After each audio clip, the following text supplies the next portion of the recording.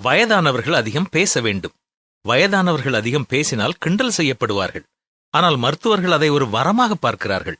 மூத்த குடிமக்கள் அதிகம் பேச வேண்டும் என்று மருத்துவர்கள் கூறுகிறார்கள். ஏனெனில் தற்போது நினைவாற்றல் இழப்பை தடுக்க வழியில்லை. அதிகம் பேசுவதுதான் ஒரே வழி. மூத்த குடிமக்கள் அதிகம் பேசுவதால் குறைந்தது 3 நன்மைகள் உள்ளன. முதலாவதாக, அவர்கள் பேசுவது மூளையை செயல்படுத்துகிறது. ஏனெனில் மொழியும் எண்ணங்களும் ஒன்றுக்கொன்று தொடர்பு கொள்ளுகின்றன. குறிப்பாக விரைவாக பேசும்போது அது இயல்பாகவே சிந்தனையை விரிவுபடுத்துகிறது. பேசாமல் இருக்கும் மூத்த குடிமக்களுக்கு ஞாபக மறதி ஏற்பட வாய்ப்புகள் அதிகம். 2, அதிகமாக பேசுவது மனநோயை தடுக்கிறது மற்றும் மன அழுத்தத்தை குறைக்கிறது. பெரும்பாலும் எதையும் பேசாமல் இருதயத்தில் எல்லாவற்றையும் வைத்துக் கொள்வது மூச்சு திணறலை உண்டாக்கும். 3ஆவதாக, பேச்சு முகத்தின் தசைகளுக்கும் தொண்டைக்கும் பயிற்சி அளிக்கிறது.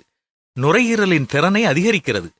கண்கள் மற்றும் காதுகளை சேதப்படுத்தும் தலைச்சுற்றல் மற்றும் காது கேளாமை போன்ற மறைந்திருக்கும் ஆபத்துகளை குறைக்கிறது.